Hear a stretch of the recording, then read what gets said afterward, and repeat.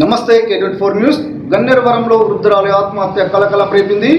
కరీంనగర్ జిల్లా గన్నేరువరం మండల కేంద్రంలో ఓ వృద్ధురాలు ఆత్మహత్య యత్నానికి పాల్పడిన ఘటన కలకలం రేపింది. స్థానికుల వివరాల ప్రకారం గన్నేరువరం గ్రామానికి చెందిన వృద్ధురాలు కుర్ర ఎల్లవ్వ ఆదివారం పురుగుల మందు తాగి ఆత్మహత్య యత్నానికి పాల్పడినట్లు తెలిపారు. తనను కుర్ర తిరుపతి, కుర్ర హరీష్ వేధింపులకు గురి చేస్తున్నారని ఎల్లవ్వ ఆరోపించింది. తన సమస్య పరిష్కారం కోసం గ్రామ సర్పంచ్, వార్డు సభ్యులు, గ్రామ పెద్దలను ఆశ్రయించినప్పటికీ తనకు సహాయం చేయడానికి వచ్చిన వారిపైనే కేసులు పెడుతున్నారని ఆమె ఆవేదన వ్యక్తం చేసింది. తాను ఎవరి దగ్గరకు వెళ్ళినా వారిపై కేసులు పెట్టే పరిస్థితి ఏర్పడిందని వృద్ధురాలు ఆరోపించింది. అంతేకాకుండా తన స్థలంలో ఇల్లు నిర్మించుకోకుండా అడ్డుకుంటూ బెదిరింపులకు పాల్పడుతున్నారని ఎల్లవ్వ తెలిపింది. గ్రామ పంచాయతీకి వెళ్ళి సమస్యను పరిష్కరించుకోవాలని ప్రయత్నించినా అక్కడ సహాయం చేయడానికి వచ్చిన వారిపైనే కేసులు పెడుతున్నారని ఆమె ఆవేదన వ్యక్తం చేసింది. ఈ వేధింపులను భరించలేకే తాను పురుగుల మందు తాగి ఆత్మహత్య యత్నానికి పాల్పడినట్లు వృద్ధురాలు చెప్పుకొచ్చింది. ఈ ఘటనపై పోలీసులు పూర్తి స్థాయిలో విచారణ జరిపి నిజానిజాలను వెలుగులోకి తీసుకురావాలని, తనకు న్యాయం చేయాలని వృద్ధురాలు కోరుతుంది. ఈ ఘటనపై సంబంధిత అధికారులు ఎలాంటి చర్యలు తీసుకుంటారో వేచి చూడాలి.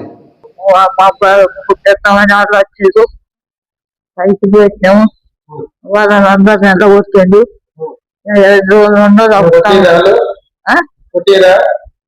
కొట్టనైతే ఉరికెత్తారు. నా బిడ్డ వీడికి, నా వీడికి ఉరికెత్తారు.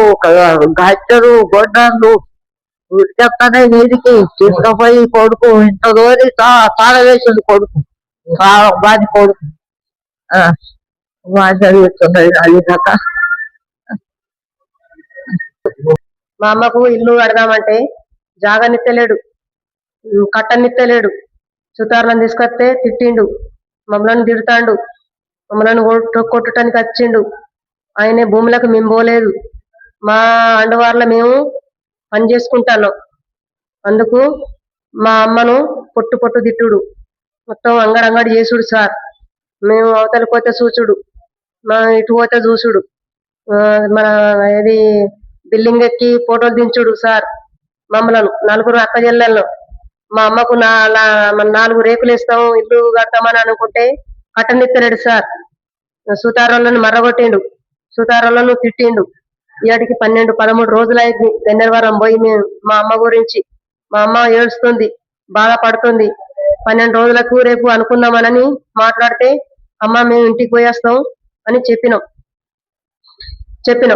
ఇంటికి పోయేస్తామని చెప్తే కోరి బిడ్డలాలా అన్నది అన్ని మందు పోసుకున్నది మా అమ్మ.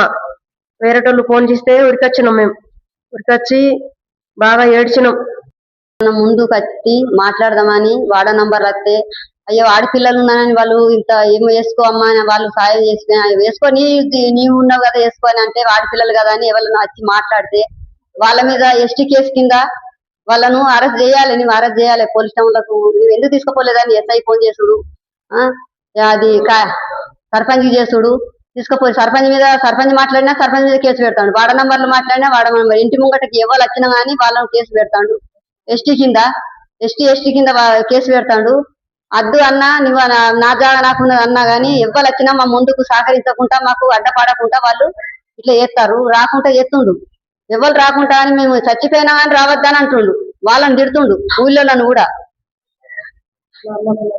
మా అన్నదమ్ములు అని అన్న ఎందుకు పెడుతున్నావు అన్న గాని మీరు ఎందుకు ఉండదు, రాదు మీరు రాదు, దాన్ని చంపెట్టా ఎస్టీ కింద అయితే కేసు పెట్టిండు. వాళ్ళ మీద కేసు పెడితే